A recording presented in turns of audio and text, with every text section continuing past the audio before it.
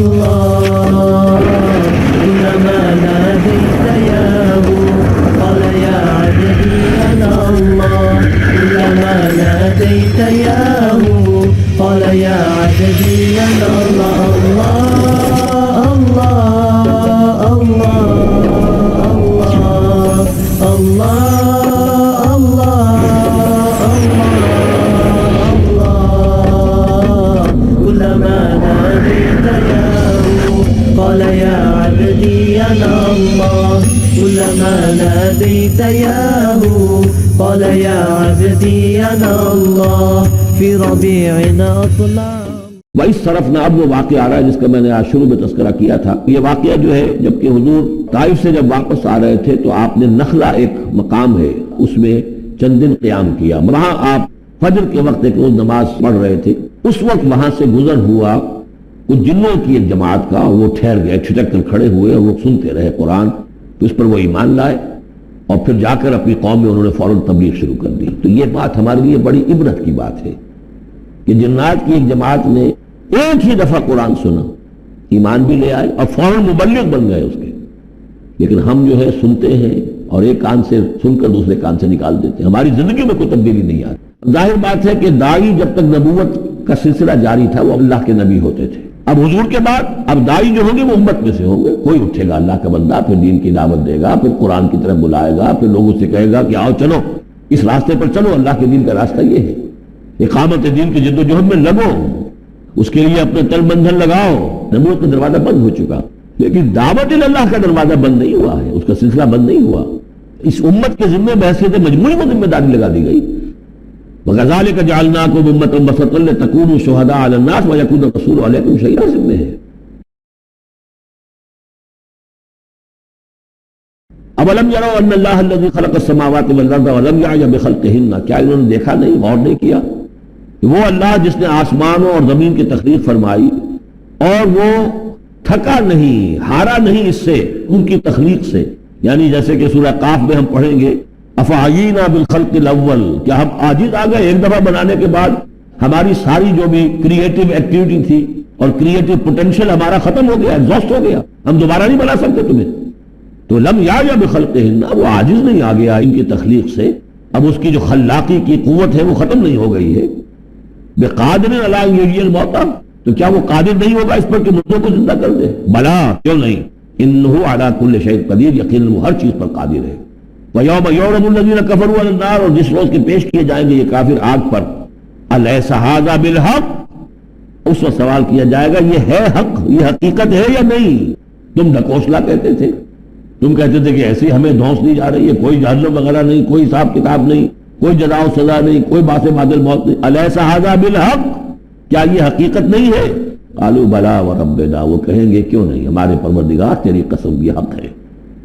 قال فذوقوا العذاب بما كنتم تكفرون، تو اللہ فرمائے گا اب چکھو اس عذاب کا مزہ اپنے اس کفر کی پاداش میں جو تم کرتے رہے. فاصبر، اب آخری بات حضور سے، فاصبر کما صبر اولو العزم من الرسل، اے محمد صلی اللہ علیہ وسلم آپ بھی صبر کیجئے جیسے کہ ہمارے اولو العزم رسول آپ سے پہلے صبر کرتے رہے. یہ اولو العزم من الرسل عام طور پر خیال ہے کہ 5 ہیں، بعض حضرات 7 شمار کرتے ہیں، حضرت ہود حضرت صالح کو بھی شامل کرتے ہیں، لیکن 5 پر چونکہ اسی سلسلہ سورت کی صورت ہے سورہ شورى جس میں 5 کا ذکر ہے.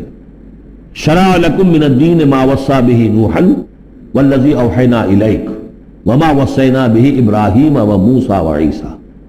حضرت نوح، حضرت ابراہیم، حضرت موسیٰ، حضرت عیسیٰ اور حضرت محمد صلی اللہ علیہ وسلم علیہ السلام، یہ اولو العزم من الرسل ہیں.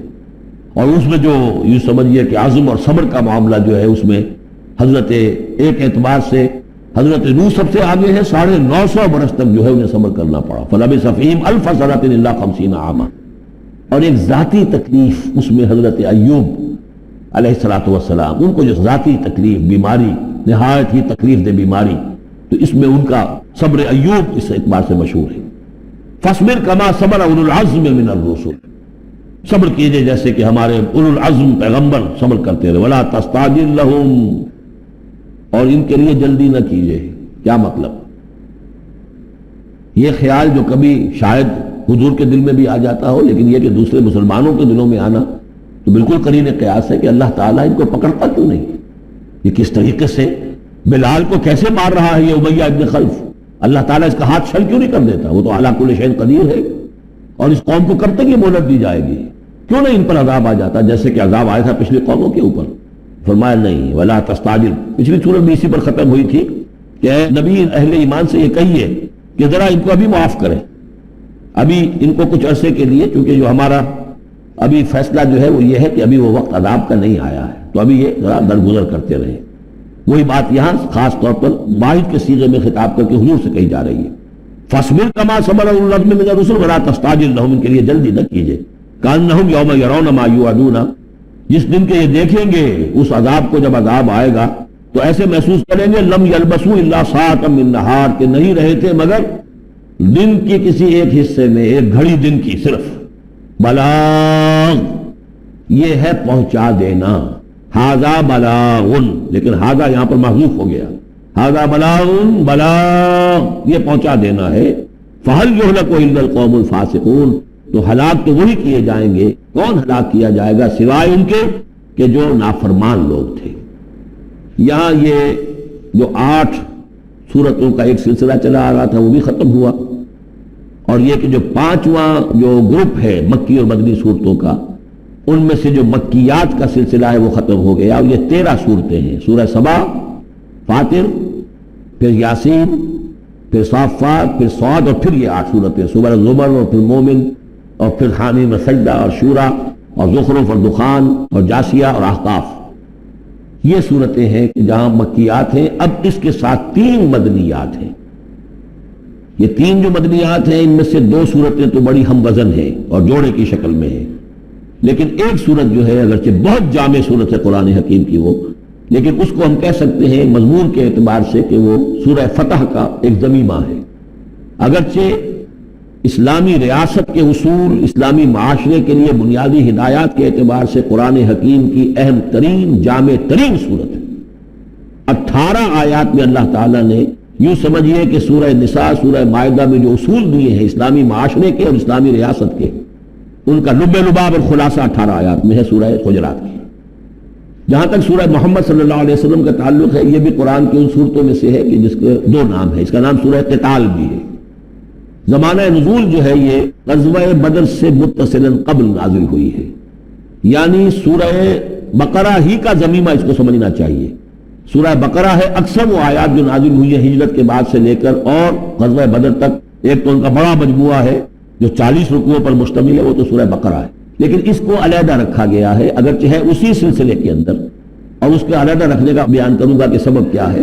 تو گویا کہ اس کو ایک طرح سے سمجھیے کہ زمانہ نزول کے اعتبار سے یہ سورہ بقرہ کا ضمیمہ ہے، غزوہ بدر سے قبل نازل ہوئی۔ اور اس کا پس منظر کیا ہے کہ جب یہ حضور نے صلی اللہ علیہ وسلم اپنا اقدام کا عمل شروع کیا ہے، یعنی ایک تو 12 برس تک مکے میں تو حکم یہ تھا کہ ہاتھ بندے رکھو، ہاتھ رکے رکھو، یہ مرحلہ تھا پیسو ریزسٹنس کا، کہ جو تکلیف آئے جھیلو، جوابی کارروائی کوئی نہیں۔ لیکن اب جیسا کہ ہم سورہ حج میں پڑھ چکے، اذن للذین یقاتلون بانہم ظلموا، اب اقتتال کا دور شروع ہو گیا۔ لیکن یہ کہ جو منافقین تھے یا جن کے دلوں میں روگ تھا، جو اب اس جان جوکھوں میں ڈالنے کے لیے تیار نہیں تھے، وہ کچھ کہہ رہے تھے کہ آخر لڑائی بھڑائی کا کیا فائدہ ہے، یہ تو کوئی صلح سے کام کرنا چاہیے۔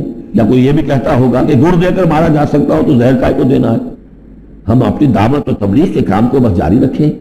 اور یہ تو محمد نے، معاذ اللہ میں ان کی بات نقل کر رہا ہوں، یہ محمد نے خود جو ہے مہم جوئی شروع کر دی ہے کہ انہوں نے ڈیڑھ چھاڑ شروع کر دی، ان کے قافلوں کا تعاقب شروع کر دیا، ان کی گویا کہ لائف لائن کے اوپر ہاتھ ڈال دیا۔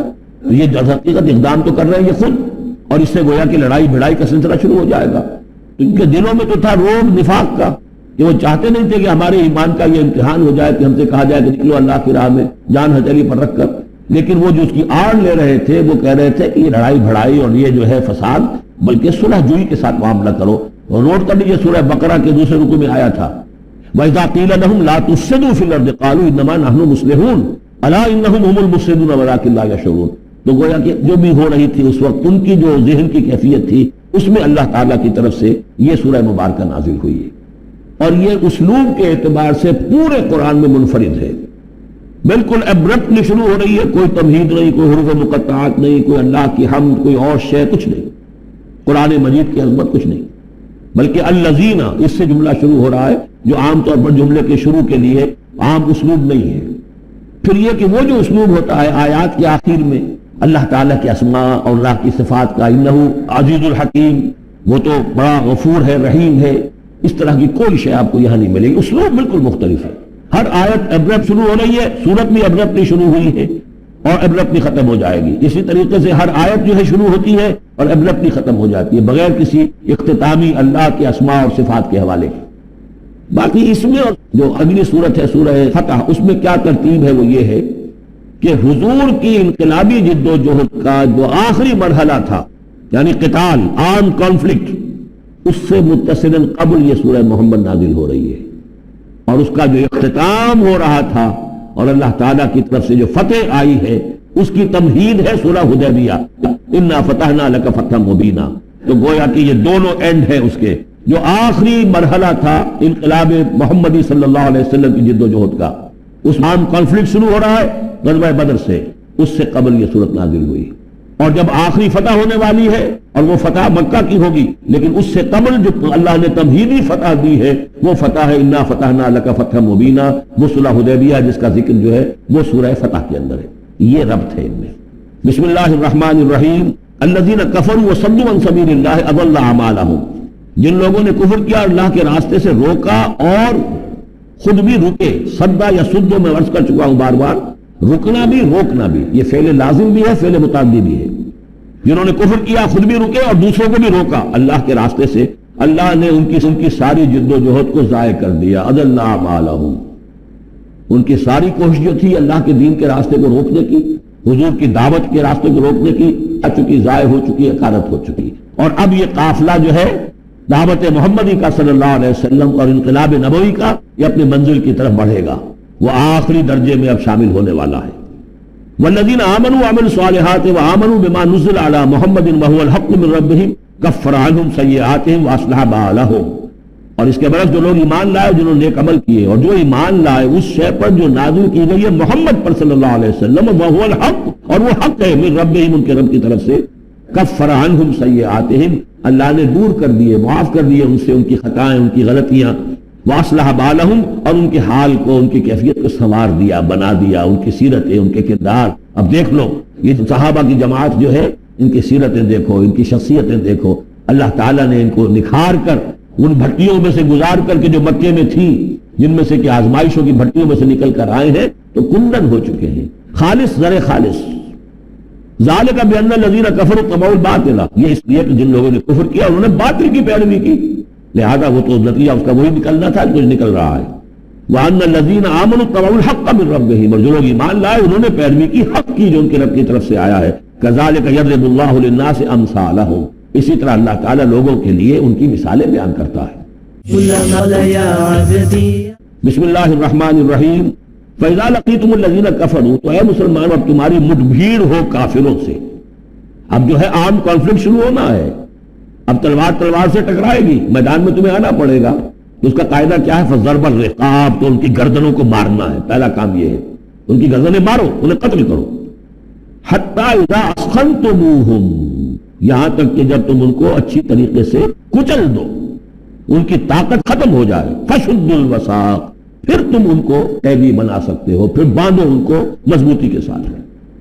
فَإِمَّا مَنًّا بَعْدُ وَإِمَّا فِدَاءً حَتَّى تَضَعَ الْحَرْبُ أَوْزَارَهَا، اور پھر چاہے تو انہیں اس کے بعد جو ہے تم چھوڑ سکتے ہو احسان رکھ کر، بغیر فدیہ لیے، اور وَإِمَّا فِدَاءً، یا فدیہ لے کر، حَتَّى تَضَعَ الْحَرْبُ أَوْزَارَهَا، یہاں تک کہ جنگ جو ہے وہ اپنے ہتھیار ڈک دے، ڈال دے۔ اس میں ہے اصل میں تقدیم و تاخیر، یہ پہلے ہے حَتَّى إِذَا أَسْخَنْتُمُوهُمْ فَشُدُّوا الْوَثَاقَ حَتَّى تَضَعَ الْحَرْبُ أَوْزَارَهَا فَإِمَّا مَنًّا بَعْدُ وَإِمَّا فِدَاءً، یعنی یہ کہ جب تمہارا مقابلہ کافروں سے ہو تو پہلے مرحلہ یہ ہے کہ ان کی گردنیں مارو، پھر جب ان کی قوت کچھ نہیں جائے پھر تم انہیں قیدی بنا سکتے ہو، جب تک کہ جنگ اپنے ہتھیار بالکل رکھ دے۔ اب اس کو سمجھ لیجئے کہ ایک ہوتی ہے بیٹلز، ایک ہوتی ہے وار۔ بدر جنگ تھی لیکن بیٹل کی نوعیت کی تھی، وار تو 6 سال تک چلنی ہے، battle of Badr, battle of Uhud, battle of Ahzab, battle of Bani al Mustaliq, battle نہ معلوم کتنی بیٹلز ہیں. یہ 6 سال تک مسلسل جنگ ہے جس میں کہ تھوڑا سا وقفہ آیا صلح حدیبیہ کی وجہ سے، ورنہ تو جا رہے. وار واز کنٹینیوئنگ، وار ابھی ختم نہیں ہوئی ہے، ایک بیٹل ختم ہوئی ہے، ایک مہم ختم ہوئی ہے، ایک لڑائی ختم ہوئی ہے، جنگ تو جاری ہے. حتی تضع الحرب اوزارہا، جبکہ وہ جنگ اپنے ہتھیار رکھ دے، یعنی اس درجے وہ دین کا غلبہ ہو جائے کہ اب کوئی ریزسٹنس نہ رہے. تو پھر یہ ہے کہ چاہے تم ان کو چھوڑ دو فدیہ لے کر، اور چاہے تم ان کو ویسے بھی احسان سے بھی چھوڑ دو تو کوئی حرج نہیں، احسان کرو بغیر فدیہ بھی چھوڑ دو تو کوئی حرج نہیں. لیکن جب تک کہ ابھی مقابلہ چل رہا ہے اس وقت تک فدیہ لے کر چھوڑ دینے کے معنی کیا ہوئے کہ آپ نے کفر کو تقویت پہنچائی. جو آج جنگ کرنے کے لیے آئے تھے ان میں سے 70 مارے گئے، اچھا وہ تو کفر کا ایک بازو تو ٹوٹ گیا، لیکن یہ 70 جو تمہاری قید میں آئے تھے اس کو تم نے فدیہ لے کر چھوڑ دیا تو یہ بازو دوبارہ جا کر تم پر حملے کے لیے تیار ہو جائے گا کہ نہیں. لیکن چونکہ یہاں پہ اب اس کا معاملہ ججمنٹ کا، واقعتاً دشمن کی قبر کچلی گئی ہے یا نہیں، یہ ہے ججمنٹ کا معاملہ. تو حضور نے اگر یہ سمجھا کہ قبر کچلی گئی ہے تو اس کے اوپر پکڑ نہیں ہو سکتی. اجتہاد جو ہے، اجتہاد کا اصول یہ ہے کہ اجتہاد میں مخطی بھی ہو تو اسے اجر ملتا ہے اور مصیب ہو تو دوہرا اجر ہے. چونکہ حضور کے اجتہاد پر یہ تھا تو آپ کو اگر چھوڑ دیا گیا تو اما منن بعد و اما فدان، جب آلٹرنیٹو اس کے اندر موجود ہے اس آیت کے اندر کہ اس کے بعد پھر چاہو تو تم بغیر کوئی فدیہ لیے ہوئے احسان دھر کر چھوڑ دو اور چاہے فدیہ لے کر چھوڑ دو. تو حضور نے اس کو استعمال کیا ہے، اگرچہ اللہ تعالیٰ کے نزدیک ابھی وہ کچھ بھی نہیں گئی تھی کفر کی طاقت، لہذا یہ قبل از وقت ہے جو اجتہاد ہو گیا ہے. اسی لیے کہا کہ اگر یہ آیت نازل نہ ہو چکی ہوتی پہلے تو جو کچھ تم نے کیا ہے، مَا لِنَبِيٍّ أَن يَكُونَ لَهُ أَسْرَىٰ حَتَّىٰ يُسْخِنَ فِي الْأَرْضِ، وہی لفظ جو یہاں آیا ہے حَتَّىٰ إِذَا أَسْخَنْتُمُوهُمْ، کسی نبی کے لیے یہ روا نہیں ہے کہ وہ کوئی قیدی بنا لے جب تک کہ زمین میں پوری طریقے سے خوریزی نہ ہو جائے اور کفر کو کچل نہ دیا جائے. تُرِيدُونَ عَرَضَ الدُّنْيَا، تم دنیا کا ساز و سامان چاہتے ہو کہ یہ فدیہ دیں گے رقم آئے گی. وَاللَّهُ يُرِيدُ الْآخِرَةَ، اللہ کے نگاہوں کے سامنے آخرت ہے. اللہ عزیز الحکیم، اللہ عزیز الحکیم ہے. لولا کتاب من اللہ سبقا، اگر یہ اللہ کی طرف سے وہ کتاب پہلے آنا چکی ہوتی، حکم، اب یہ کتاب کے معنی پھر وہی حکم ہے یہاں پر، اللہ کی طرف سے پہلے یہ آیت جو ہے جو اس حکم پر مبنی ہے وہ نازل نہ ہو چکی ہوتی، لمسکم فیما اخذتم عذاب عظیم، کہ جو کچھ تم نے لیا ہے اس پر تمہارے اوپر بڑی سخت گرفت ہوتی ہے اللہ کی طرف سے. لیکن چونکہ وہ تھی فَكُلُوا مِمَّا غَنِمْتُمْ حَلَالًا طَيِّبًا، تو جو بھی اب تمہیں غنیمت ملی ہے اسے کھاؤ، حلال اور طیب سمجھتے. یہ ہے اس آیت کا مطلب. جب تمہارا مقابلہ ہو دشمنوں سے تو گردنیں مارنا ہے پہلا کام، پھر جب پوری طرح کچل لو، طاقت کچھ نہیں گئی کفر کی، تو پھر قیدی بھی بناؤ. فَشُدُّ الْوَثَاقَ حَتَّىٰ تَضَعَ الْحَرْبُ أَوْزَارَهَا، جب جنگ بالکل ختم ہو جائے اور گویا کہ وہ ہتھیار ڈال دیے، جنگ نے ڈگ ڈال دیے، اب کوئی طاقت نہیں رہی کفر میں، پھر تم چاہو تو ان کو فدیہ لے کر چھوڑ دو، چاہو تو بغیر فدیہ کے بھی چھوڑ دو، کوئی بات نہیں، اب کوئی خطرہ نہیں. اس لیے کہ انقلاب آ چکا اور مستحکم ہو چکا، اب ان کا کیا کچھ نہیں ہوگا. حتیٰ تضع الحرب اوزارها ذلك ولو يشاء الله لانتصر منهم، اللہ چاہتا تو خود ہی ان سے بدلہ لے لیتا، ان کفار سے انتقام لے لیتا. ولكن ليبلو بعضكم ببعض، اللہ تعالیٰ چاہتا تو اس 1000 کے لشکر کو آنے واحد میں ختم کر دیتا، لیکن اللہ نے تمہیں موقع دیا، تمہاری آزمائش کی، تمہارے صبر کا امتحان لیا. لیکن اللہ تعالیٰ امتحان لیتا ہے، جانچتا ہے بعض کو بعض کے ذریعے سے. وہ 1000 کے لشکر کے ذریعے سے ان 313 کے استقامت کی، ایمان اور استقامت جو ہے اس کی آزمائش ہو گئی. والذین قتلوا فی سبیل اللہ فلن یضل اعمالهم، اور جو لوگ اللہ کی راہ میں قتل ہو گئے تو اللہ تعالیٰ ان کے اعمال کو ضائع کرنے والا نہیں ہے، ان کے سارے اعمال کا بھرپور اجر انہیں مل جائے گا. سیہدیہم ویصلح بالہم، اللہ تعالیٰ ان کو راہ دے گا، پہنچا دے گا، جنت تک پہنچا دے گا، اور ان کے جو معاملہ ہوگا وہاں پہ ان کے احوال بہت اعلیٰ ہوں گے، بہت عمدہ ہوں گے. وَيُدْخِلُهُمُ الْجَنَّةَ عَرَّفَهَا لَهُمْ، اور داخل کرے گا انہیں اس باغات میں جو پہلے ہی انہیں پہچنوا دی ہے، بتا دیا ہے کہ اس جنت میں کیا کچھ ہوگا، وہ تو ہم بتا چکے ہیں قرآن کے اندر، اس جنت میں داخل کرے گا. یا ایھا الذین آمنوا ان تنصروا اللہ ینصرکم ویثبت اقدامکم، اہل ایمان اگر تم اللہ کی مدد کرو گے تو اللہ تمہاری مدد کرے گا اور تمہارے قدموں کو جما دے گا. یہ بہت اہم قانون ہے اللہ کا. تم اللہ کی مدد کرو گے تو اللہ مدد کرے گا. تم اللہ کے دشمنوں سے پینگیں بڑھاؤ، دوستیاں کرو، ان کی وفاداریوں کے دم بھرو، انہیں اپنا سرپرست سمجھو، انہیں اپنا حمایتی اور مددگار سمجھو، اور ساتھ ہی دعا کرو تو دعائے قنوت نازلہ چاہے سال بھر کرتے رہو گے، اللہ نہیں سنے گا تمہاری دعا. تمہاری دوستیاں کس سے؟ اللہ سے تو ہے نہیں. اللہ کے خلاف تو اعلان جنگ ہے، تمہاری ساری معیشت سود پر چل رہی ہے، تم نے اللہ کے باغیوں کو دوست بنایا ہوا، انہیں اپنا سرپرست سمجھتے ہو، انہی کی مدد پر تمہارا جو ہے سارا سہارا بھروسہ ہے، تو اللہ کیوں سنے گا تمہاری بات؟ ان تنصروا اللہ ینصرکم ویثبت اقدامکم، اگر تم اللہ کی مدد کرو گے، تم اس کے اگر مخلص ہو، فرما بردار ہو، اس کے دین کا جھنڈا لے کر کھڑے ہو گئے ہو، تن من دھن اس کے لیے لگانے کو تیار ہو، اللہ مدد کرے گا اور تمہارے قدم جما دے گا۔ والذین کفروا فتعسا لهم، اور وہ لوگ جنہوں نے کفر کیا ہے ان کے لیے تو پھر ہے گویا کہ رد کر دینا، راندہ درگاہ کر دیے جائیں گے، وہ کھائیں ٹھوکریں۔ وعد اللہ اعمالہم، اللہ نے ان کے تمام اعمال کو، جد و جہد کو، کوششوں کو بالکل گمراہ کر دیا، یعنی ختم ہو گئی وہ، اور ان کا حاصل کچھ نہ ہوا۔ ذالک بانہم کرہوا ما انزل اللہ فاحبط اعمالہم، اس کی وجہ کیا ہے کہ انہوں نے وہ چیز ناپسند کی جو اللہ نے نازل کی، فاحبط اعمالہم، اللہ نے ان کے تمام نیک اعمال بھی ضائع کر دیے۔ یعنی آخر ان میں ایسے بھی تھے کفار میں سے جو غریبوں کو کھانا کھلا دیتے تھے، جو حاجیوں کی کرتے تھے اور سمجھتے تھے بڑی نیکی کا کام ہم کر رہے ہیں، یہ سورہ توبہ میں ہم پڑھ آئے ہیں، اجعلتم سقایۃ الحاج وعمارۃ المسجد الحرام، ان چیزوں کو تم نے بہت بڑی نیکیاں سمجھ رکھا ہے، لیکن یہ کہ اگر تم نے اللہ کے نازل کیے ہوئے قرآن کو ناپسند کیا ہے تو اللہ نے تمہاری ساری اعمال جو ہے ضبط کر دیے۔ افلم یسیروا فی الارض فینظروا کیف کان عاقبۃ الذین من قبلہم، تو کیا یہ زمین میں گھومے پھرے نہیں کہ یہ دیکھتے کہ کیا انجام ہوا ان لوگوں کا جو ان سے پہلے تھے؟ دمر اللہ علیہم، اللہ تعالیٰ نے ان پر ہلاکت کو مسلط کر دیا۔ وللکافرین امثالھا، اور ان کافروں کے لیے بھی ایسے ہی انجام آئیں گے۔ ذالک بان اللہ مولا الذین آمنوا وان الکافرین لا مولا لہم، اور یہ اس لیے کہ اللہ تو مولا ہے، رفیق ہے، پشت پناہ ہے، مددگار ہے اہل ایمان کا، اور یہ کہ کافروں کا کوئی مولا ہے ہی نہیں۔ یہ اصل میں یہیں سے حضور نے پھر وہ نعرہ اخذ کیا تھا جب غزوہ احد میں، جب وقتی طور پر مسلمانوں کی شکست ہو گئی اور حضور بھی اور صحابہ بھی پھر پہاڑ کے اوپر چڑھ گئے احد پر، اور اس کے بعد پھر جو دامن میں کھڑے ہوئے تھے جو کفار کے اس وقت کے سربراہ تھے، اس میں ابو سفیان تھے، خالد بن ولید جو بعد میں دونوں ایمان لے آئے صحابہ میں سے ہیں، تو اس وقت یہ ہے کہ ابو سفیان نے نعرہ لگایا تھا لنا عزا ولا عزا لکم، ہمارے لیے عزا جیسی دیوی ہے، اس نے ہماری مدد کی ہے، تمہارے لیے تو عزا ہے ہی نہیں۔ تو حضور نے کہا تھا مسلمانوں سے جواب دو اللہ مولانا ولا مولا لکم، اللہ ہمارا مولا ہے، تمہارا کوئی مولا نہیں۔ اس نے کہا تھا اعلی ہبل، لیکن یہ کہ اس کے جواب میں کہا گیا اللہ اکبر، اللہ سب سے اعلیٰ بھی ہے، بڑا بھی ہے۔ تو یہ جو نعرہ ہے کہ اللہ مولانا ولا مولا لکم، ذالک بان اللہ مولا الذین آمنوا وان الکافرین لا مولا لہم، ان اللہ یدخل الذین آمنوا وعملوا الصالحات جنات تجری من تحتها الانہار، یقیناً اللہ تعالیٰ داخل کرے گا ان لوگوں کو جو ایمان لائے، جن نے نیک عمل کیے، ان باغات میں جن کے دامن میں ندیاں بہتی ہوں گی۔ والذین کفروا یتمتعون ویاکلون کما تاکل الانعام، اور وہ لوگ جو کفر کر رہے ہیں وہ کھا پی رہے ہیں، عیش اڑا رہے ہیں، دنیا میں کھا رہے ہیں جیسے کہ حیوانات بھی کھاتے ہیں۔ والنار مثوی لکم، لیکن یہ کہ بالآخر ان کا ٹھکانہ جو ہے وہ آگ ہے۔ وکأی من قریۃ ہی اشد قوۃ من قریتک التی اخرجک، اور اے نبی کتنی بستیاں ایسی گزری ہیں کہ جو اس بستی سے کہیں زیادہ قوت میں تھی جس نے آپ کو نکلنے پر مجبور کیا ہے۔ بڑے بڑے شہر تھے ان سے بڑے بڑے، بڑی اس کی جو ہے قوتیں تھی، بڑی طاقتور قومیں وہاں رہتی تھیں، تو یہ جو مسئلے کہ آپ کو وہاں سے نکلنے پر مجبور کیا ہے، اس سے کہیں زیادہ بڑی جو بستیاں تھیں انہیں ہم نے ہلاک کیا۔ اہلکناہم فلا ناصر لہم، ان کو ہم نے ہلاک کر دیا اور ان کا کوئی مددگار نہ ہوا۔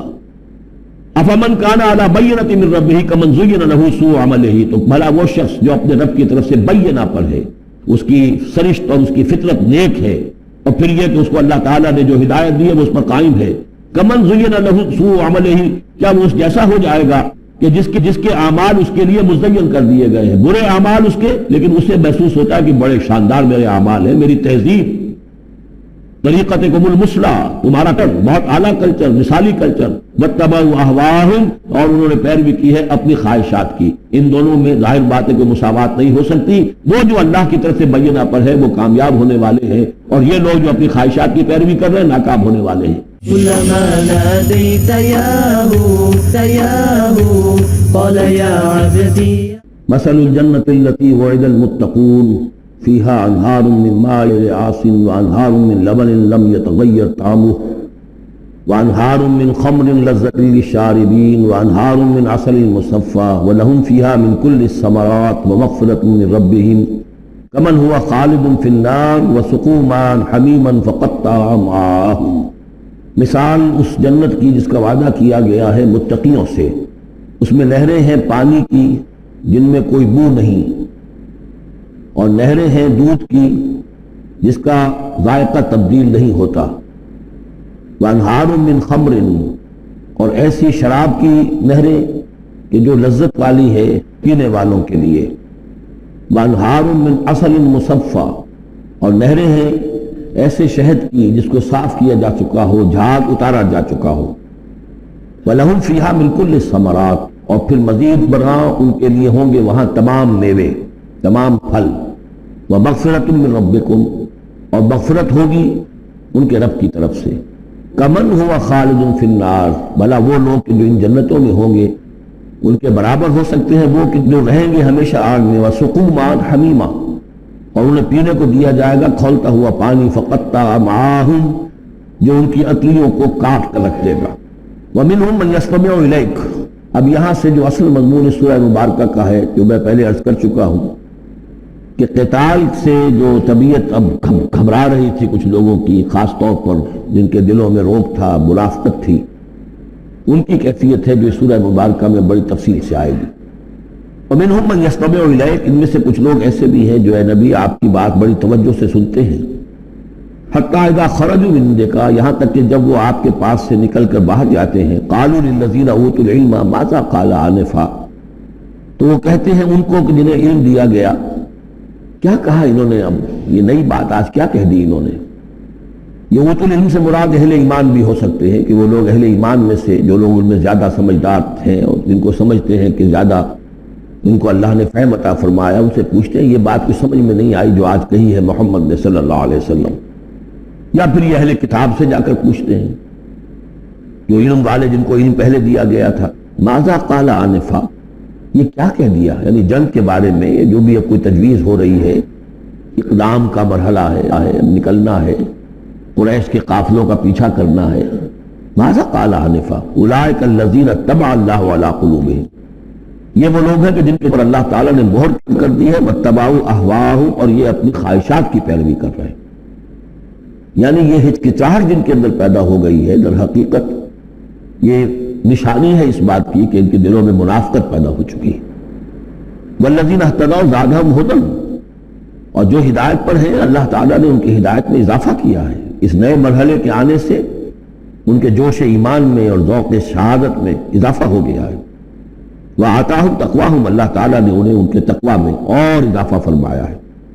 فَهَلْ يَنظُرُونَ إِلَّا السَّاعَةَ أَن تَأْتِيَهُم بَغْتَةً، تو یہ کس چیز کے منتظر ہے سوائے قیامت کے کہ وہ آ دھمکے ان پر اچانک، فقط جاء أشراطها، اس کی علامتیں تو آ چکی ہیں، یعنی قیامت کی سب سے بڑی علامت جو ہے وہ در حقیقت حضور صلی اللہ علیہ وسلم کی بعثت ہے، جو کہ آپ آخری رسول ہیں، اور آپ نے فرمایا بھی ہے کہ بعثت انا والساعة كهاتين، دونوں انگلیوں کو آپ نے جوڑا، میں اور قیامت اس سے جڑے ہوئے، اب میرے بعد کوئی اور نبی نہیں، انا آخر المرسلین وانتم آخر الامم، میں آخری رسول ہوں تم آخری امت ہو، تو اب آپ کی بات پہ قیامت ہی آنی ہے۔ فَأَنَّىٰ لَهُمْ إِذَا جَاءَتْهُمْ ذِكْرَاهُمْ، تو جب وہ آ جائے گی، آ دھمکے گی، تو پھر اس وقت ان کا یاد کرنا یا نصیحت اخذ کرنا یا سبق حاصل کرنا ان کے کس کام کا ہوگا۔ فَاعْلَمْ أَنَّهُ لَا إِلَٰهَ إِلَّا اللَّهُ وَاسْتَغْفِرْ لِذَنبِكَ، بس جان لو کہ اللہ کے سوا کوئی معبود نہیں، اور اپنی خطاؤں کے لیے اللہ سے استغفار کرو۔ اب یہاں ایک تو یہ ہے کہ یہ بات خطاب کر کے حضور سے کہی جا رہی ہے واحد کے سیغے میں، اس حوالے سے ایک تعبیر تو یہ ہو سکتی ہے کہ یہ حقیقت میں حضور کے مخاطب سے آپ کی امت سے کہی جا رہی ہے۔ وَلِلْمُؤْمِنِينَ وَالْمُؤْمِنَاتِ، اے نبی آپ استغفار کیجئے اپنی خطا تقصیر کا بھی، اور اہل ایمان مردوں اور عورتوں کے لیے بھی۔ وَاللَّهُ يَعْلَمُ مُتَقَلَّبَكُمْ وَمَثْوَاكُمْ، اللہ خوب جانتا ہے کہاں تمہیں لوٹ کر جانا ہے، بازگشت تمہاری کہاں ہے، اور کہاں تمہارا اصل گھر ہے مستقل، تمہارا ٹھکانہ کہاں ہے، یعنی آخرت، بہشت۔ وَيَقُولُ الَّذِينَ آمَنُوا لَوْلَا نُزِّلَتْ سُورَةٌ، اور کہتے ہیں یہ لوگ جو ایمان کے دعوے دار ہیں کیوں نہیں کوئی سورت نازل ہوئی۔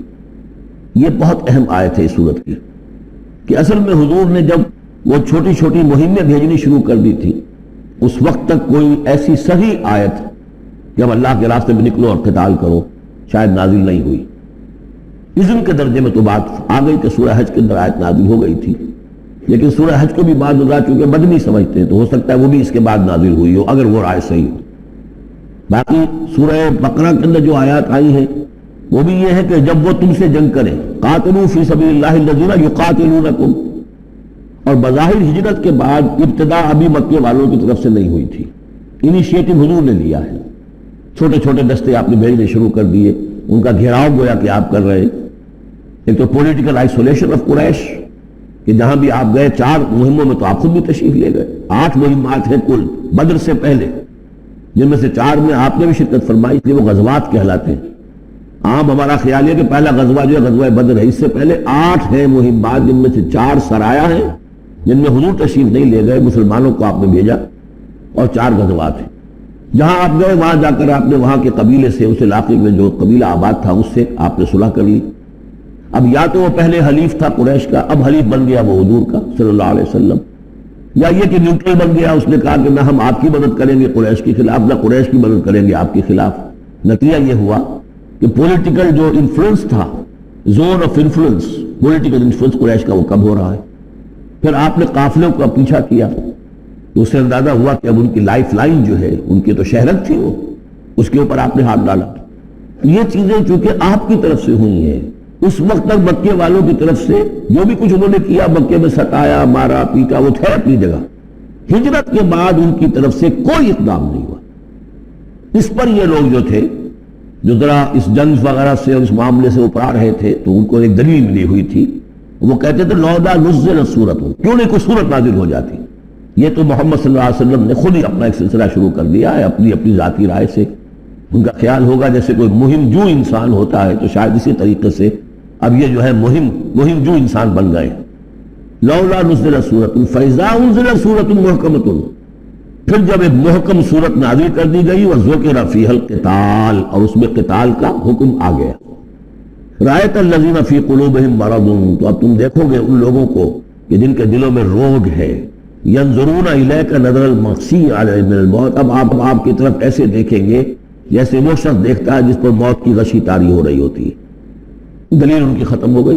اب وہ کہتے تھے کہ آیت اتنے کو نازل ہو جس سے معلوم ہو کہ اب قتال ہے، یہ اللہ کا حکم ہے۔ اسی لیے اسی آیت میں جو لفظ قتال آیا ہے، اسی کے حوالے سے اس سورت کا نام سورہ قتال بھی ہے۔ فَإِذَا أُنزِلَتْ سُورَةٌ مُحْكَمَةٌ وَذُكِرَ فِيهَا الْقِتَالُ رَأَيْتَ الَّذِينَ فِي قُلُوبِهِم مَّرَضٌ يَنظُرُونَ إِلَيْكَ نَظَرَ الْمَغْشِيِّ عَلَيْهِ مِنَ الْمَوْتِ فَأَوْلَىٰ لَهُمْ، تو افسوس ہے ان پر، بربادی ہے ان کے لیے۔ طاعۃ وقول معروف، دیکھو ایمان لائے ہو، ایمان کا دعویٰ کر رہے ہو تو اطاعت لازم ہے تم پر، طاعۃ وقول معروف، ہاں کوئی مشورہ دینا ہے، بھلی بات کہنی ہے، کوئی حرج نہیں ہے، مشورہ دے سکتے ہو، اچھی بات کہہ سکتے ہو، لیکن اطاعت کرنی پڑے گی۔ فَإِذَا عَزَمَ الْأَمْرُ، مشورے کے بعد جب فیصلہ ہو جائے، ایک بات طے ہو جائے، فَلَوْ صَدَقُوا اللَّهَ لَكَانَ خَيْرًا لَهُمْ، تو اب اگر انہوں نے جو وعدہ اللہ سے کیا ہوا تھا اور جو میثاق ایمان ان کا ہے، اس کو اگر یہ سچا کریں گے، ثابت ہوں گے سچے، تبھی ان کی خیریت ہے، تبھی ان کے لیے بہتری ہے۔ فَهَلْ عَصَيْتُمْ إِن تَوَلَّيْتُمْ أَن تُفْسِدُوا فِي الْأَرْضِ وَتُقَطِّعُوا أَرْحَامَكُمْ، کہ تم ذرا سوچو، اگر جس حال میں اس وقت تم ہو، اگر تمہیں حکومت مل جائے، تم والی بن جاؤ، تمہیں یہاں اقتدار مل جائے اس جزیرہ نما عرب میں، تو تمہاری ابھی چونکہ پوری تربیت نہیں ہوئی ہے، خاص طور پر ظاہر بات ہے کہ جو انصار مدینہ تھے، ابھی ایمان لائے تھے، ان کی تربیت تو نہیں ہوئی، ان میں ایک بڑی تعداد ایسے لوگوں کی بھی شامل تھی، آپ کو معلوم ہے کہ جو منافق تھے، آخر غزوہ احد میں 1/3 نفری جو ہے وہ نکل کر چلی گئی تھی، تو معلوم ہوا کہ اس میں اتنی بڑی تعداد میں منافق بھی تھے۔ اگر اس حال میں تمہیں کہیں حکومت مل جائے تو تم کیا کرو گے؟ تفسدوا فی الارض، زمین میں فساد مچاؤ گے، وتقطعوا ارحامکم، اور اپنے رحمی رشتے کاٹو گے۔ یہ ہے مضمون کہ جو یہاں اس آیت میں آیا ہے کہ ابھی تمہیں امتحانوں میں سے گزرنا پڑے گا، بھٹیوں میں سے نکلو گے تب تم زر خالص بنو گے اور کندن بنو گے۔ اولئک الذین لعنہم اللہ فاصمہم واعمی ابصارہم، یہ وہ لوگ ہیں جن پر اللہ تعالیٰ نے لعنت کی ہے اور انہیں بہرا بھی کر دیا ہے، ان کی نگاہوں کو اندھا کر دیا ہے۔ افلا یتدبرون القرآن ام علی قلوب اقفالها، کیا یہ قرآن پر تدبر نہیں کرتے؟ قرآن پر تدبر کریں، اس کے بین السطور بھی تو پڑھیں۔ غلبہ دین کی جد و جہد میں یہ سارے مراحل آنے والے ہیں، یہ تو ان سے پہلے کہہ دیا گیا تھا، سورہ عنکبوت میں آ چکا تھا۔ احسب الناس ان یترکوا ان یقولوا آمنا وهم لا یفتنون، کیا لوگوں نے یہ سمجھا تھا کہ صرف یہ کہنے سے کہ ہم ایمان لائے انہیں چھوڑ دیا جائے گا اور بخش دیا جائے گا اور انہیں آزمایا نہیں جائے گا؟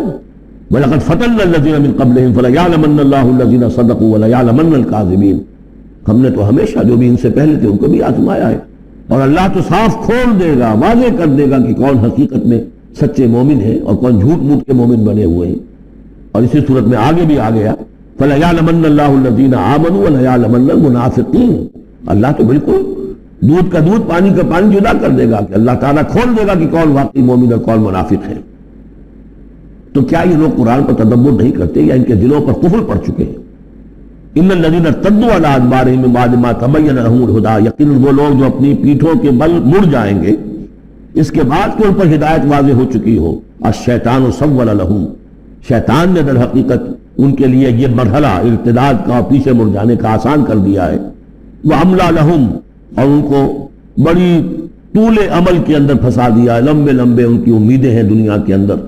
كلما ناديت يا هو قال ناديت يا هو قال يا عبدي ان الذين ارتدوا على ادبارهم من بعد ما تبين لهم الهدى، یقیناً وہ لوگ جو اپنی پیٹھوں کے بل مڑ جائیں گے اس کے بعد کہ ان پر ہدایت واضح ہو چکی ہو۔ الشیطان سول لهم، شیطان نے در حقیقت ان کے لیے یہ مرحلہ ارتداد کا اور پیچھے مڑ جانے کا آسان کر دیا ہے۔ وَأَمْلَى لَهُمْ، اور ان کو بڑی طول عمل کے اندر پھنسا دیا ہے، لمبے لمبے ان کی امیدیں ہیں دنیا کے اندر۔ ظاہر بات ہے دنیا میں بڑے بڑے نقشے بنا رکھے ہیں، تو اب یہ میدان جنگ میں جاتے ہوئے انسان کترائے گا۔ ذَلِكَ بِأَنَّهُمْ قَالُوا لِلَّذِينَ كَرِهُوا مَا نَزَلَ اللَّهُ سَنُطِيعُكُمْ فِي بَعْضِ الْأَمْرِ، یہ اس لیے ہے کہ انہوں نے کہا ان لوگوں سے جنہیں ناپسند ہے وہ شے جو اللہ نے نازل کی۔ اللہ نے قرآن نازل کیا، یہ ناپسند کس کو تھا؟ قریش کو تھا، کفار کو اور یہود کو۔ تو یہ لوگ یہ ایمان تو لے آئے تھے، لیکن یہ کہ ان کے اندر وہ روگ تھا، دلوں میں وہ مرض تھا، وہ نفاق کی بیماری جڑ پکڑ چکی تھی۔ وہ یہ کہتے تھے ذالک بأنہم قالوا للذین کرہوا ما نزل اللہ، جن لوگوں کو یہ اللہ کے اتاری ہوئی کتاب اور اللہ کے اتارے ہوئے احکام پسند نہیں آتے، ان سے جا کر انہوں نے کہا سنطیعکم فی بعض الامر، دیکھیے ہم اگرچہ ایمان تو لے آئے ہیں، اب محمد کی بات تو ہمیں ماننی ہے، لیکن ہم آپ کی بھی اطاعت جاری رکھیں گے، کچھ چیزوں کے اندر آپ کی بات پر ہم عمل کریں گے، آپ کا حکم مانیں گے، آپ یہ نہ سمجھیے کہ ہم نے آپ سے اپنا رشتہ بالکل توڑ لیا۔ منافق اسی کو کہتے ہیں کہ جس نے دونوں کے ساتھ جوڑا رکھنے کی اپنے آپ کو کوشش کی۔ مذبذبین بین ذلک لا الہ الا ولا الہ الا، اور یہ اہل ایمان کے پاس آتے ہیں کہتے ہیں ہم ایمان لے آمنا، وَإِذَا خَلَوْا إِلَىٰ شَيَاطِینِهِمْ قَالُوا إِنَّا مَعَكُمْ إِنَّمَا نَحْنُ مُسْتَهْزِئُونَ وَاللَّهُ يَعْلَمُ إِسْرَارَهُمْ، اور اللہ تعالیٰ کو خوب معلوم ہے جو کچھ کی یہ خفیہ باتیں کرتے ہیں جا کر۔ فَكَيْفَ إِذَا تَوَفَّتْهُمُ الْمَلَائِكَةُ يَضْرِبُونَ وُجُوهَهُمْ وَأَدْبَارَهُمْ، تو کیا حال ہوگا ان کا جب کہ ان کی جانیں قبض کریں گے فرشتے، ان کے چہروں پر ضرب لگاتے ہوئے اور ان کی پیٹھوں کے اوپر ضرب لگاتے ہوئے۔ ذَلِكَ بِأَنَّهُمُ اتَّبَعُوا مَا أَسْخَطَ اللَّهُ، یہ اس لیے کہ انہوں نے پیروی اس چیز کی جو اللہ کو ناپسند ہے۔ وَكَرِهُوا رِضْوَانَهُ، اور ناپسند کیا انہوں نے اللہ کی رضا کو۔ فَأَحْبَطَ أَعْمَالَهُمْ، تو اللہ نے ان کے سارے اعمال اکارت کر دیے، حبط کر دیے۔ یعنی اب تک انہوں نے حضور کے پیچھے نمازیں جو پڑھی ہیں اور جو بھی کوئی نیکیاں کی ہیں، اب جب مرحلہ آ گیا ہے قتال کا اور یہ جی چرا رہے ہیں، تو گویا کہ وہ سارے ان کے اب تک کے جو اعمال ہیں وہ حبط ہو جائیں گے۔ ام حسب الذین فی قلوبہم مرض ان لن یخرج اللہ اضغانہم، کیا سمجھا تھا ان لوگوں نے کہ جن کے دلوں میں یہ روگ ہے کہ اللہ تعالیٰ ان کے کھوٹ کو ظاہر نہیں کرے گا؟ وہ اپنے کھوٹ کو اندر جو نفاق کی بیماری لیے پھرتے ہیں اس کو چھپائے رکھ سکیں گے؟ انہوں نے یہ سمجھا تھا، اللہ تعالیٰ نے تو اسے واضح کرنا تھا۔ فَلَيَعْلَمَنَّ اللَّهُ الَّذِينَ آمَنُوا وَلَيَعْلَمَنَّ الْمُنَافِقِينَ، تو ام حسب الذین فی قلوبہم مرض ان لن یخرج اللہ اضغانہم، انہوں نے یہ سمجھا تھا کہ اللہ تعالیٰ ان کے کھوٹ کو، دلوں کے کھوٹ کو علم نشرہ نہیں کر دے گا۔ وَلَوْ نَشَاءُ لَأَرَيْنَاكَهُمْ، اور اگر ہم چاہیں تو اے نبی آپ کو دکھا دیں کہ یہ ہیں وہ لوگ، فَلَعَرَفْتَهُمْ بِسِیمَاهُمْ، آپ ان کے چہروں سے انہیں خود ہی پہچان لیں گے۔ ظاہر بات ہے کہ ایک صادق الایمان شخص کا چہرہ اور ایک منافق کا چہرہ، انسان کے قلب کی کیفیت جو ہوتی ہے وہ تو چہرے کے اوپر جو ہے، face is the index of mind, ذہنی کیفیت جو ہے، قلب کی کیفیت جو چہرے پر ہوتی ہے۔ فَلَعَرَفْتَهُمْ، تو آپ پہچان ہی چکے ہیں انہیں ان کے چہروں سے۔ وَلَتَعْرِفَنَّهُمْ فِي لَحْنِ الْقَوْلِ، اور مزید آپ پہچان لیں گے انہیں ان کی گفتگو کے ڈھب سے، انداز سے۔ گفتگو میں بھی ظاہر بات ہے کچھ چاپلوسی کریں گے، کچھ ہیر پھیر ڈالیں گے، ایک مخلص آدمی کی گفتگو اور ایک اس طرح کے شخص کی گفتگو زمین و آسمان کا فرق ہوتا ہے. واللہ یعلم اعمالکم، اللہ تمہارے اعمال کو خوب جانتا ہے. وَلَنَبْلُوَنَّكُمْ حَتَّى نَعْلَمَ الْمُجَاهِدِينَ مِنكُمْ وَالصَّابِرِينَ، اور ہم تو لازماً آزمائیں گے تمہیں، یہاں تک کہ ہم ترجمہ تو ہوگا ہم معلوم کر لیں، ہمیں علم ہو جائے. لیکن چونکہ اہل سنت کا عقیدہ یہ کہ اللہ کا علم تو قدیم ہے، تو یہاں ہم اس کی ترجمانی کرتے ہوئے کہتے ہیں ہم ظاہر کر دیں گے اس کو تاکہ سب کے علم میں آ جائے، سب دیکھ لیں. ہم آزمائیں گے تمہیں یہاں تک کہ سب دیکھ لیں کہ مجاہدین کون ہیں تم میں سے، حتی نعلم المجاہدین منکم والصابرین، اور وہ جو صبر کرنے والے ہیں. وَنَبْلُوَ أَخْبَارَكُمْ، اور ہم تمہارے سارے حالات کی پوری طریقے سے تحقیق کر لیں. یہ تقریباً سمجھیے کہ وہ آیت جو آئی تھی سورہ بقرہ میں، وَلَنَبْلُوَنَّكُمْ بِشَيْءٍ مِّنَ الْخَوْفِ وَالْجُوعِ وَنَقْصٍ مِّنَ الْأَمْوَالِ وَالْأَنفُسِ وَالثَّمَرَاتِ، کہ ہم تمہیں آزمائیں گے بھوک سے اور جان اور مال کے نقصان سے اور ثمرات کے ضیاع سے. لیکن یہاں اسی آیت کو ایکسٹینشن سمجھیے، وَلَنَبْلُوَنَّكُمْ حَتَّى نَعْلَمَ الْمُجَاهِدِينَ مِنكُمْ وَالصَّابِرِينَ، تاکہ ہم دیکھ لیں کون ہیں وہ جو واقعتاً جہاد کرنے والے ہیں، صبر کرنے والے ہیں، اور ان کی پوری طرح جانچ پرکھ کر لیں. ان الذين كفروا وصدوا عن سبيل الله وشاقوا الرسول من بعد ما تبين له الهدى لن يضروا الله شيئا، یقیناً وہ لوگ جنہوں نے کفر کیا اور جو روکتے رہے لوگوں کو بھی اللہ کے راستے سے اور اس کے رسول کی مخالفت میں سرگرم رہے، زدہ میں پڑ گئے، من بعد ما تبين لهم الهدى، اس کے بعد کہ ان کے لیے ہدایت واضح ہو چکی تھی، لن يضروا الله شيئا، وہ اللہ کا کچھ نہیں بگاڑ سکیں گے. وَسَيُحْبِطُ أَعْمَالَهُمْ، اللہ تعالیٰ ان کے اعمال کو بھی حبط کر دے گا. یعنی اس پہلے ذکر تھا منافقین کا، اب یہاں کفار مکہ کا ذکر ہے. ان کے اعمال کیا تھے؟ وہی حاجیوں کی خدمت کرتے تھے. اجعلتم سقایۃ الحاج وعمارۃ المسجد الحرام کمن آمن باللہ والیوم الآخر، اور یہ کہ 12 اور بھی کچھ دے، کسی نے کھانا کھلا دیا، کسی کو کچھ اور کر دیا. اور پھر یہ کہ جو کچھ انہوں نے جد و جہد کی ہے، انہوں نے بھی مال خرچ کیے ہیں، جنگیں کی ہیں. بدر میں آئے تھے تبھی تو بہت سے لوگوں نے کفار نے انفاق کیا تھا، تبھی تو ساز و سامان تیار ہوا تھا. 900 اونٹ لے کر نکلے تھے، روزانہ ایک دن 10 ایک دن 9 اونٹ تو ذبح ہو رہے تھے وہ فوج کو جو کھانا کھلانے کے لیے.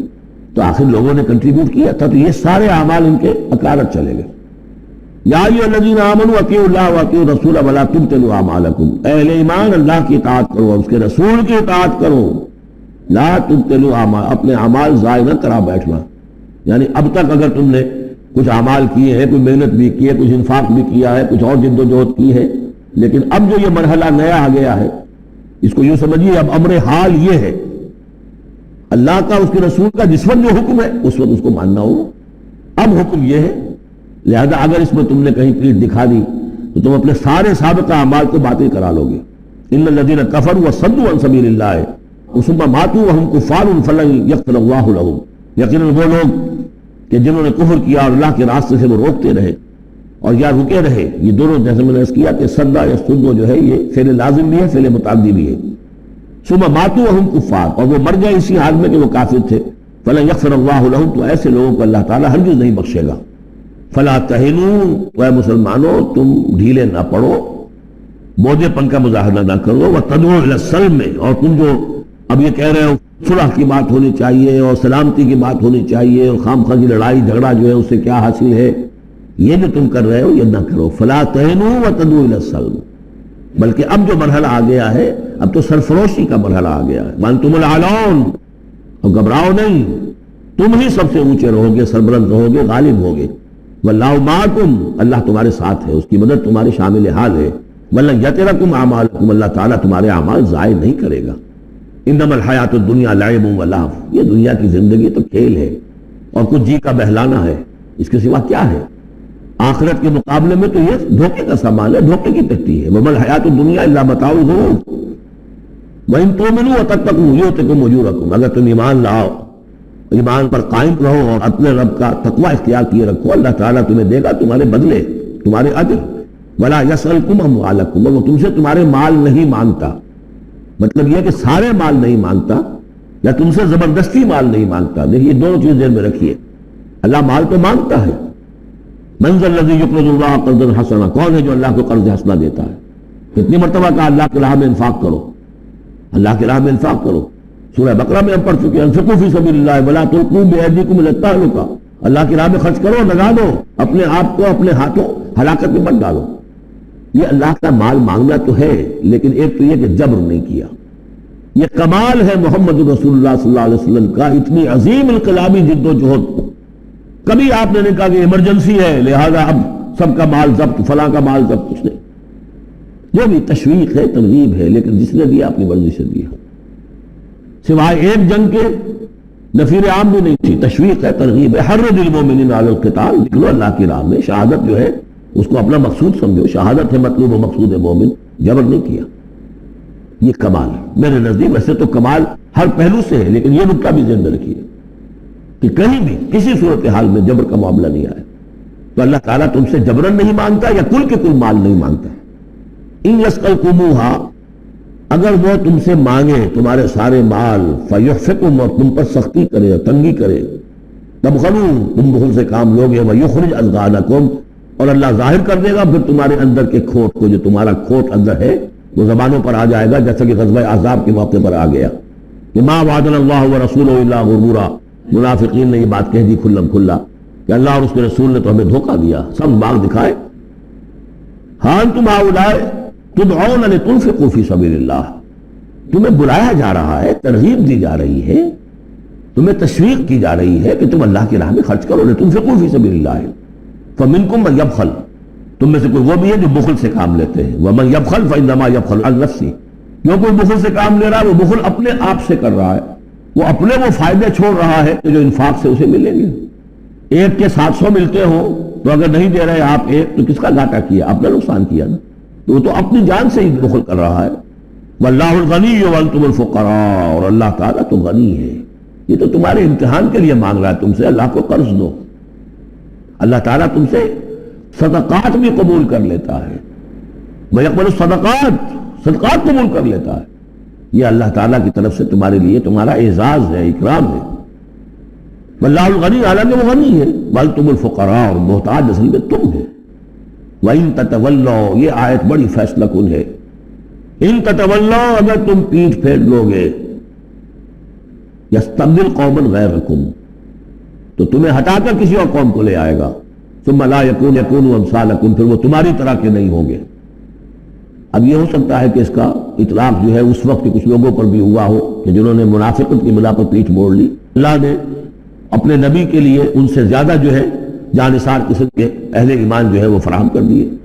لیکن یہی آیت جو ہے اس اعتبار سے کہ حضور کی بعثت اصلی، بعثت خصوصی امیین کے لیے تھی.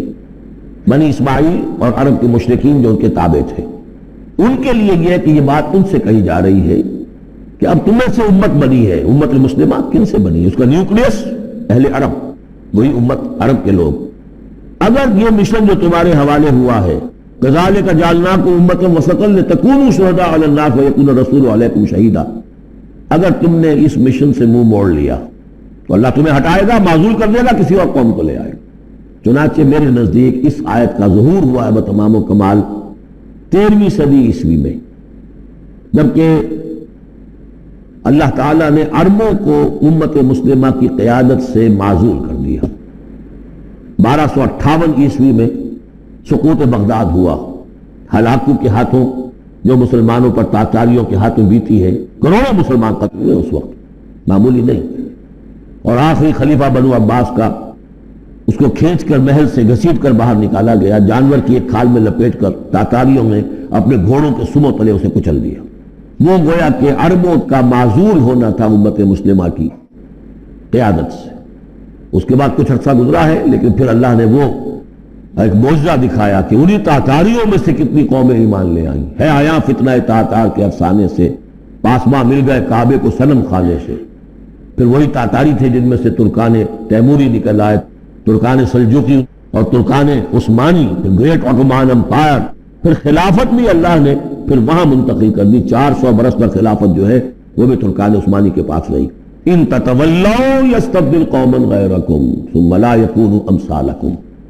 صدق اللہ العظیم. اللہ اللہ اللہ اللہ كلما ناديته قال يا عبدي أنا الله كلما ناديت ياه قال يا عبدي أنا الله الله الله الله الله الله الله